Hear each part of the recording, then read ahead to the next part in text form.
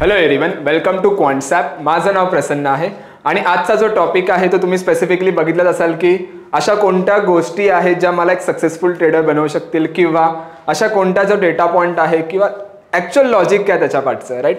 So ते आता आपण बघून घेणार आहोत की जनरली जे कॉमन मिस्टेक्स असतात मार्केटमध्ये, राईट. थोडाफार जो आहे ना, इथे आपण ग्रीक्स इम्पॅक्ट पण बघणार आहोत की ॲज अ ऑप्शन ट्रेडर कोणत्या गोष्टी ज्या आहेत त्या आपण लक्षात ठेवून ट्रेड्स बनवल्या पाहिजे आणि जर त्या गोष्टी मी लक्षात ठेवते तर स्पेसिफिकली कोणत्या स्ट्रॅटेजीज किंवा कोणता डेटा पॉईंट बघितला पाहिजे, राईट. सो ते आता आपण बघणार आहोत. सो ह्या व्हिडिओमध्ये बघा टूल्स वगैरेवर आपण जास्त डिस्कस नाही करणार आहोत. डेटा पॉईंट एखाद दोन बघितला तर, पण जनरल जे आहे ते आपण डिस्कस करणार आहोत. ओव्हरऑल जो मार्केटचा बिहेवियर आहे आणि सायकॉलॉजी किंवा थोडाफार जो आहे तो सेंटिमेंटबद्दल बघणार आहोत. ओके, ट्रेड घेताना जो जनरली सेंटिमेंट असतो, कारण युजली ट्रेड्स करताना आय नो दॅट की किती फिअर असतो आणि किती ग्रीड असते, राईट. सो त्याला आपण कसं एक कॅल्क्युलेटेड फिअर घेऊ शकतो आणि त्यावेळेस ट्रेड करू शकतो, राईट. सो ते आपण बघूया. सो लेट मी क्लिअर दिस थिंग. मी थोडं क्लिअर करतो. ओके, नाव लेट्स सी, जर मी थोडाफार एक सायकॉलॉजी सांगायची म्हटली as a option trader, generally जरी मी कोणतेही वेबिनार्स घेत असतील किंवा कोणतेही एक ओव्हरऑल वर्कशॉप्स वगैरे असेल तर जनरली मी काय करतो की जो पण आपला कॅपिटल आहे, ओके, इनिशियल जर मी कॅपिटल सपोज एक एक्झाम्पल घेऊया की 1 लाखाचं माझं कॅपिटल आहे. ओके ओके 1 लाख कॅपिटल आहे सपोज, एक्झाम्पल मग डिपेंड्स करा त्यानुसार. सो इनिशियली जेव्हा केव्हा पण ट्रेड बनवतात ना तर पूर्णपणे 1 लाखावरती कधीच ट्रेड नाही बनवायची. कधीही आपला 100% कॅपिटल कधीही युटिलाइज करायचा नाही एका कॅपिटलमध्ये, एका ट्रेडमध्ये कधीही. ओके, एवढं लक्षात ठेवा. मॅक्झिमम तुम्ही युटिलाइज करा 10 ते 15%. ओके, 10 to 15% कॅपिटल एका ट्रेडमध्ये. का, मी लॉजिक पण सांगते हा, ठीक आहे. 10-15 सपोज जर मी 1 लाखाचे 10% बघितले किंवा 10% 15% मिळले तर ऑलमोस्ट 10,000 ते 15,000च्या आसपास माझी एक इन्व्हेस्टमेंट येते, ठीक आहे. निफ्टी बघायला गेलो तर 2 लॉट, बँक निफ्टी 2 लॉट आरामात येतात ह्याच्यामध्ये, राईट. सपोज मी 1 लाखाचा कॅपिटल 2 लॉट, ॲटलिस्ट स्टार्टिंगला 15-20 हजार 10% इन्व्हेस्ट करा. ओके, काय करायचं आपल्याला की लेट्स सी, ह्याच्यामध्ये पण डिफरंट गोष्टी आहेत. ओके, आता डिरेक्टली जाऊन मी असं नाही की निफ्टी ओपन झाला मी डायरेक्ट 15,000 इन्व्हेस्ट केले. It's not like that. पहिला बेसिक कॅल्क्युलेशन समजा. पहिली की बेसिक कॅल्क्युलेशन काय की मार्केट सेंटिमेंट. मार्केट सेंटिमेंट बघा काय आहे. ओके, मार्केट सेंटिमेंट कसं बघायचं, बरेच व्हिडिओज बनवलेत आपण. तुम्हाला बाहेर जरी तुम्ही कोणताही यूट्यूब चॅनल ओपन करा किंवा कोणताही ओव्हरऑल TV चॅनल ओपन करा, तुम्हाला बरेच व्हिडिओज मिळतील आणि बरेच कन्सेप्ट मिळेल की मार्केटचा सेंटिमेंट काय आहे. आपल्या कॉन्सेप्टमध्ये आलात तरी तुम्हाला वरती ओव्हरऑल सेंटिमेंट बघायला मिळेल, ठीक आहे. सो पहिला सेंटिमेंट चेक करा की मार्केटचा जो सेंटिमेंट आहे तो बुलिश आहे की बेरिश आहे. ओके, इनिशियल स्टेजला मी बोलते 9:15 जेव्हा मार्केट ओपन होईल तेव्हा. ओके, बुलिश आहे की बेरिश आहे पहिला चेक करा. ओके, थोडाफार जर तुम्हाला मिळालं ना तर एकदा ग्लोबल मार्केट पण चेक करा. ओके, की ग्लोबलमध्ये काही म्हणजे ओव्हरऑल बाहेरच्या देशांमध्ये तर काही एक स्पेसिफिकली अनसर्टिनिटी तर नाही आहे ना, किंवा कुठे जे आहे ते वॉर सिच्युएशन तरी क्रिएट नाही आहेत ना, किंवा कुठे पॅनिक सिच्युएशन तरी नाही आहे ना मार्केटमध्ये. सो चेक ग्लोबली की मार्केट इम्पॅक्ट कसा करतोय, कारण जो इम्पॅक्ट असतो तो आपल्या इंडेक्सवरती पण येतो. जर ग्लोबल इम्पॅक्ट नेगेटिव्ह असेल तर मार्केट पण आपला नेगेटिव्ह इम्पॅक्ट देतो, राईट. सो ग्लोबल इम्पॅक्ट कुठेतरी बघा. ओके, नाव लेट्स सी, जर मी एक सिम्पल फॉर्ममध्ये सांगायचं म्हटलं की लेट्स सी मार्केट सकाळी ओपन असेल बुलिशमध्ये. ओके, 9:15 इंडेक्स जो आहे तो प्रिव्हियस क्लोजिंगच्या वरती ट्रेड करत असेल, लेट्स फॉर एन एक्झाम्पल. आता ॲज अ ऑप्शन ट्रेडर मी काय बघणार, मी स्टॉक्स पण बघतो आणि मी इंडेक्स पण बघतो. पण जनरली सपोज जर मला इंडेक्सवरती ट्रेड करायचं असेल, सो मी चेक करणार की त्याचा बिल्टअप किती, अग्रेशन किती आहे. ओके, की निफ्टी ओपन झाले डायरेक्ट 150 पॉईंट वरती पळाले का, की निफ्टी ओपन झाले आणि एक मोमेंटममध्ये आहे, ब्रेकडाऊन कन्सॉलिडेशनमध्ये आहे. सो बघा, नॉर्मली सपोज प्रिव्हियस क्लोजिंग काही तुम्हाला अशी इथे मिळत असेल तर नेक्स्ट डे मार्केट सपोज इथे ओपन झाला ना, तुम्हाला काही असा मोमेंटम देताना मिळेल, right. So wait for the opportunity. Directly जाऊन मला मार्केट दिसलं वरती ओपन झालं, त्या गॅप अप झाला त्यामुळे डिरेक्टली मी कॉल ऑप्शन बाय करणार. It's not like that. Gap down झाला तर पुट ऑप्शन बाय करणार. It's not like that. Try करा की मार्केटला ना थोडं स्टेबल होऊ दे. ओके, मार्केट थोडा ना स्टेबल होण्यासाठी टाइम घेणार. बघा, एकदम रेअर केसला तुम्हाला मिळेल की मार्केट ओपन झाले आणि एक मोमेंटम दिली वरच्या साईडला. खूप रेअर केसमध्ये मिळेल. युजली जेव्हा पण मी मार्केट ट्रॅक करतो, बिहेवियर बघतो, मला माहिती आहे की Nifty, bank Nifty most of the time जेव्हा ओपन होतात तेव्हा थोडाफार मार्केट स्टेबल होतं, त्यानंतर मोमेंटम द्यायला सुरुवात देतात, राईट. एखाद दोन केसला जेव्हा मार्केटमध्ये एखादी न्यूज असेल तेव्हा कुठेतरी एखादी मोमेंटम आहे, राईट. सो इथे जो आहे ना, जर एखादी न्यूज असेल पॉझिटिव्ह असेल तर डेफिनेटली प्रत्येक जण तिकडे जाऊन बाईंग करतील, नेगेटिव्ह असेल तर पुट बाय करतील. पण युजली जेव्हा मार्केट ओपन होईल तेव्हा लेट इट बी स्टेबल. कारण मार्केट जेव्हा ओपन होतं ना तेव्हा व्होलॅटिलिटी आहे ना थोडीफार जास्त असते इनिशियल स्टेजला. ओके, त्यामुळे एक स्पेसिफिकली थोडाफार मार्केटमध्ये डिरेक्शन येण्याचे चान्सेस जे असतात ते वाढतात इनिशियल स्टेजलाच. पण एकदा तो स्टेबल झाला ना त्यानंतर आपण बघू शकतो की मार्केट ह्या लेवलच्या आसपास ट्रेड करतो, ह्या लेवलच्या आसपास आहे. So I will wait for that particular opportunity. मी तिकडे अपॉर्च्युनिटीसाठी वेट करणार. ओके, सेकंड कन्सेप्ट काय, लेट सी. हा झाला 950 920चा बिहेवियर. नाव आता जर ऍक्च्युअल मला ट्रेड बनवायचे असेल तर what I will do. So you know that की एक्सपायरी इज मॅटर. मार्केटमध्ये ना एक्सपायरी मॅटर करते. ओके, सिम्पल बघा, जर मार्केटमध्ये कोणतीही न्यूज नाहीये, कोणतीही चांगली न्यूज नाही, कोणतीही वाईट न्यूज नाहीये, मार्केट स्ट्रॉंग मोमेंटम देण्याचे चान्सेस आहेत का? पॉसिबिलिटी कमी आहेत, राईट. इंट्राडेसाठी जर मी बघायला मिळालो तर मला एखादी जर ट्रेड बनवायची असेल, एखादी सक्सेसफुल ट्रेड बनवायची असेल तर मला एक स्ट्रॉंग मोमेंटम पाहिजे, एक बुलिशसाठी किंवा बॅरीसाठी, जर मी एखादं बाईंग करतोय तर, राईट. सो मी आता का सांगतो एक्सपायरीबद्दल, कारण बघा थीटा जो आहे ना, if I am talking about it, theta नसेल ज्याला माहिती, so theta is a Greek, जो तुमची ऑप्शनची जी व्हॅल्यू आहे ती कितीने कमी होणार जर त्यातून एक्सपायरी म्हणजे डेज टू एक्सपायरी कमी झाले तर. Okay, let see. एक्झाम्पलमध्ये सिंपल पद्धतीने सांगतो. सपोज 5 दिवस आहेत एक्सपायरीला आणि प्रीमियम चालू असेल सपोज 100 रुपये, मार्केट चालू आहे सपोज 1000 वरती. ओके, आता सपोज 2च दिवस बाकी आहेत आणि मार्केट 1000 वरतीच आहे, तर तुमचा जो प्रीमियम आहे तो 100 नसणार, तो तुमचा असणार 50 किंवा 40. मग हे 60 रुपये गेले कुठे? 60 रुपये का गेले? Because of the theta value. कारण तिथून एक्सपायरी दिवस कमी झालेत, त्यामुळे त्याची प्रोबॅबिलिटी जास्त आहे की मोमेंटम देण्याची कमी आहे, त्यामुळे तो थीटा व्हॅल्यू खातो, राईट. सो थीटा कुठेतरी इम्पॅक्ट करतो. नाव ही एक गोष्ट लक्षात ठेवा की जेव्हा पण मी बाईंग करतो, ओके, तेव्हा डेज टू एक्सपायरी जेवढा जास्त आपण लांब बसू ना तेवढा बेटर आहे. कारण थीटाचा जो इम्पॅक्ट आहे तो खूप मायनर इम्पॅक्ट असतो नियर बाय फार बाय एक्सपायरीवरती, आणि नियर बाय एक्सपायरीवरती थीटाचा जो इम्पॅक्ट असतो तो जास्त असतो. सो कधीही लक्षात ठेवा जेव्हा तुम्ही फार बाय एक्सपायरी असाल तर try to go with the call option buying. Simple 60 डेजची असते, 7 दिवसाचं एक असतं मोमेंटम, 7 डेजचं एक असतं. लेट सी, निफ्टी घेऊया. गुरुवारी एक्सपायरी झाली, एक नवीन फ्रेश एक्सपायरी. सो फ्रायडेला जाऊन तुम्ही चला ठीक आहे, फ्रायडेला तुम्ही नेक्स्ट एक्सपायरी ट्रेड करा, विच इज फाईन. किंवा त्याच थर्सडेला जे एक्सपायरी डे आहे त्याच्या वेळेस नेक्स्ट एक्सपायरी जी आहे त्यामध्ये ट्रेड करा. ओके, का? कारण कॉल ऑप्शन बाईंग जर आपण केली आणि त्यावेळेस डिरेक्शन आली तर थोडाफार प्रीमियम महाग भेटेल पण थीटाचा इम्पॅक्ट कमी मिळेल, राईट. सो फ्रायडे तुम्हाला मिळतोय, मंडे तुम्हाला ते ट्यूजडे मिळते, तर 3 दिवस तुम्ही एक थोडाफार तुम्ही बाईंग जरी केला तरी विच इज फाईन. पण वेनसडे आणि थर्सडे, ओके, मंडे ट्यूजडे तुमचा झाला, वेनसडे थर्सडे. आता हे काय आहे, 7 मधले फक्त 2च दिवस आता बाकी आहेत एक्सपायरीला. आता काय होणार की थीटाचा जो इम्पॅक्ट आहे तुम्हाला कॉल ऑप्शन मध्ये बघायला मिळेल. सो बघा कधी कधी काय होतं ना की तुम्ही बाय करता, प्राइस वरती जाते पण तुमचा प्रीमियम जो आहे ना तो कमी होत असतो किंवा लॉस देत असतो. क्वेश्चन पडत असेल की का लॉस होते, डिरेक्शन तर येते, reason because of the theta. Theta तुमचा पैसा खात असतो हळूहळू. So try to go with the next expiry. जेव्हा मी एखादा बाईंग ट्रेड, मी एखादा मोमेंटम अँटिसिपेट करतोय तर फार बाय एक्सपायरी 3 दिवस बाकी आहेत, 4 दिवस बाकी आहेत, 5 दिवस बाकी, विच इज फाईन. 2 दिवस बाकी आहेत, मी जनरली असेल तर मी शिफ्ट करतो पोझिशन दुसऱ्या ह्याच्यामध्ये किंवा दुसऱ्या एक्सपायरीमध्ये जाऊन ट्रेड्स बनवायचे असतात. So generally I like to that. But simply जर मी सांगायचं म्हटलं तर you can go with the same. Okay, second thing जर मी सांगायची म्हटली तर थीटा सोबत ना हा तुमच्या अगेन्स्ट आहे. पण फार बाय एक्सपायरी का करायचं त्याचं रिझन एक सिम्पल आहे, त्याचं रिझन आहे व्होलॅटिलिटी. ओके, फार बाय एक्सपायरी वरती ना व्होलॅटिलिटीचा इम्पॅक्ट जास्त असतो. फार बाय एक्सपायरी ऑप्शन्स वरती व्होलॅटिलिटीचा इम्पॅक्ट जास्त असतो. त्यामुळे काय होणार, सिम्पल बघा, जेव्हा आपण व्होलॅटिलिटी वाढते आणि प्रीमियम इथे घेतो, जेव्हा आपण व्होलॅटिलिटी वाढते प्रीमियम्स वाढतात, व्होलॅटिलिटी पडते प्रीमियम्स खाली पडतात. सगळ्यांना सांगतो परत एकदा की जेव्हा जेव्हा मार्केटमध्ये व्होलॅटिलिटी वाढते तेव्हा तेव्हा प्रीमियम्स जे आहेत ते वाढतात आणि जेव्हा जेव्हा व्होलॅटिलिटी खाली पडते तेव्हा प्रीमियम्स जे आहेत ते खाली पडतात.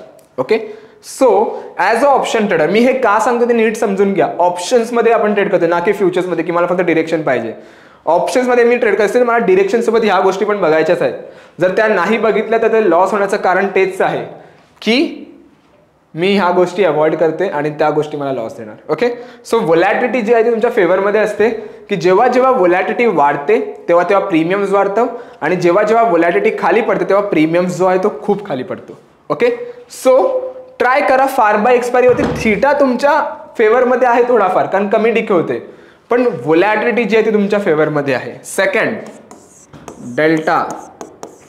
Delta is what? Delta is specifically the change in premium with respect to change in underline. तुमचा प्रीमियम कितीने चेंज होणार जर तुमच्या अंडरलाईनमध्ये 1 रुपयाने मुवमेंट आले तर तो तुम्हाला डेल्टा सांगतोय. सो डेल्टा जो आहे ना तो फार बाय एक्सपायरीमध्ये सिमिलर ऍक्ट करतो लाईक एटीएम. म्हणजे डेल्टाची व्हॅल्यू आहे ना ती जास्त असते फार बाय एक्सपायरी स्ट्राईकवरती, आणि एटीएम जर जनरली आपण चाललो तर 0.5चा डेल्टा आपल्याला तसाही मिळतोच आहे. सेकंडली जर मी दुसरं सांगायचं म्हटलं तर लेट्स सी मी थोडा 1-2 स्ट्राईक ओटीएम तरी गेलो तरी फार डेल्टा सिमिलर लाईक एटीएमच मिळेल तुम्हाला. सो फार बाय एक्सपायरीवरती 2 ग्रीक्स तुमच्या मेजरली फेवरमध्ये असतात, त्या असतात डेल्टा आणि त्या दुसऱ्या असतात तो असतो वेगा. सो ह्या जो 2 ग्रीक्स आहेत ना ह्या जनरली तुमच्या फेवरमध्ये ठेवा if you are an option buyer. Okay, जर मी बाईंग बद्दल बोलतोय. सेकंडली तुम्हाला जसं मी म्हणालो की तुम्ही तर बाय केल्यात, मार्केटने मोमेंटम पण दिली, पण तिकडे तुम्हाला लॉस का दिसतोय? त्याचं रिझन आहे थीटा. आता थीटाला आपल्या फेवरमध्ये कसं आणायचं? सो ट्राय करा जेव्हा तुम्हाला फक्त 2 दिवस एक्सपायरीला बाकी असतील, 1 दिवस एक्सपायरीला बाकी असेल तो try to go with the sell. Okay, एखादी सेलिंग सोबत जाऊ शकता, एखादा नेकेड कॉल ऑप्शन सेल केलात किंवा त्याला बुल कॉल स्प्रेडमध्ये जरी कन्वर्ट केलात ना, which is fine. So theta तुमच्या कुठेतरी फेवरमध्ये येतोय. Okay, now let's discuss about some technical chart. Okay, आता मी एक सिंपल तुम्हाला ना टेक्निकल चार्टवरती स्ट्रॅटेजी सांगतो, त्यासोबत तुम्ही एकदा पेअर करून बघा. Generally most of the trader 5 मिनिटाच्या टाइम फ्रेममध्ये ट्रेड करतात किंवा मोस्ट ऑफ द ट्रेडर जे आहेत ते 1 मिनिटच्या टाइम फ्रेममध्ये पण ट्रेड करतात. ओके, सो मी 1 मिनिटच्या टाइम फ्रेममध्ये दाखवतो जनरली आपण कशा आहेत ज्या ते अपॉर्च्युनिटी फाइंड आउट करू शकतो. ओके, मी कोणताही ते इंडिकेटर प्लॉट नाही करणार. ओके, मी फक्त एक चार्ट बेसिसवरती दाखवणार की कसं आपण ट्रेड्स इथे बनवू शकतो. Okay, so let me open the Nifty इथे.